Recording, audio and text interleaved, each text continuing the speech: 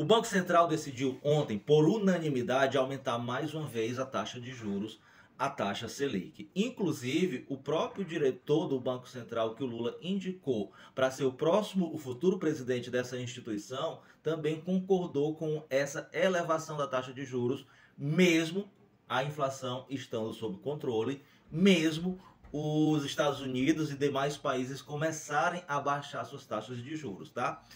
Eu penso da seguinte maneira: essa decisão do Gabriel Galípolo em participar, em ser favorável a essa alta da taxa de juros, mesmo diante de um cenário que não favorece a alta da taxa de juros, é mais uma estratégia em consentimento com o presidente Lula e o governo para não queimar a sua entrada como presidente do Banco Central. Porque se ele fosse contra a taxa de juros agora, o mercado poderia dizer que ele está lá apenas como um pau mandado do Lula. Mas que, obviamente, depois que ele passar pela sabatina do Senado, assumir o cargo, aí sim ele poderá trabalhar em harmonia com o presidente Lula, mesmo sofrendo várias críticas do mercado, para baixar essa taxa de juros e ajudar o Brasil a potencializar o seu crescimento financeiro, da economia e do PIB como um todo. Vai apanhar do mercado quando isso acontecer? Vai, mas pelo menos o governo Lula já terá maioria na direção do Banco Central. Isso é apenas o que eu suponho, tá? Mas o que eu quero trazer hoje para vocês é um assunto muito importante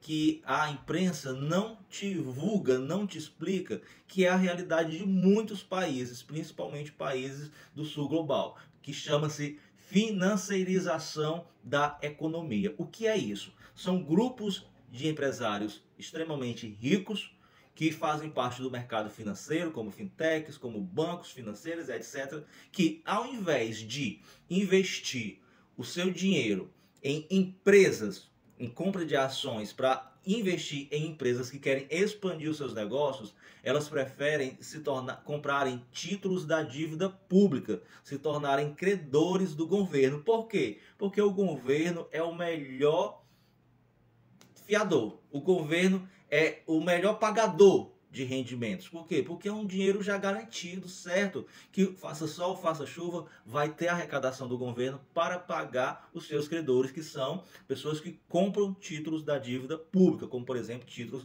do Tesouro. Me perdoe se eu posso parecer repetitivo nas minhas explicações, mas como é um assunto que não é divulgado, a gente não aprende na escola, a imprensa não divulga, muitas pessoas não sabem como é que funciona essa questão da dívida pública. Funciona da seguinte maneira: a quantidade de impostos que o governo federal, que a União arrecada, não é suficiente para custear todas as despesas do governo, do Estado, com educação, segurança, saúde, etc. E aí o que é que o governo faz? Ele emite títulos e vende esses títulos. O governo diz assim: olha, compra um título meu de R$1.000, que daqui a 2 anos esse título vai valer R$1.500. Isso aqui é só um exemplo por baixo, tá? Obviamente a gente está trata-se de grandes valores. Aí o mercado financeiro vai lá e compra esses títulos porque ele sabe que tem a garantia de que o governo irá pagar, tá?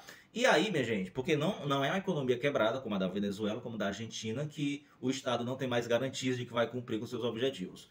E aí, minha gente, o que é que acontece? Essa galera que compra os títulos da dívida, elas simplesmente cresceram, são tão grandes e poderosas que elas começam a mandar no próprio governo. Como que elas começaram a mandar no próprio governo? Primeiro de tudo no governo Bolsonaro, fazendo com que o Banco Central seja independente do governo. O próprio Banco Central emite títulos da dívida sem consultar o governo se pode emitir esses títulos da dívida, que é outra história, que na outra oportunidade eu explico para vocês. E aí, minha gente, o mercado faz pressão, faz chantagem, manipula dados através do Boletim Focus e obriga o Banco Central a elevar a taxa de juros.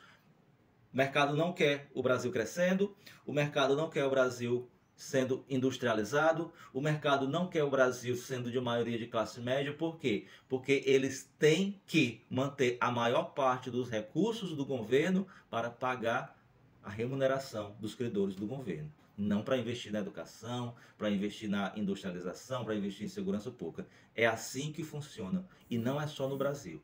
É na maior parte do mundo capitalista. Porque essa é uma das lógicas capitalistas dos tempos modernos, que é a financiarização do capitalismo. E esse é um dos motivos da gente que tem um pouquinho a mais de conhecimento se desencantar tanto com o nosso país, com o mundo, com esse sistema, porque não tem solução.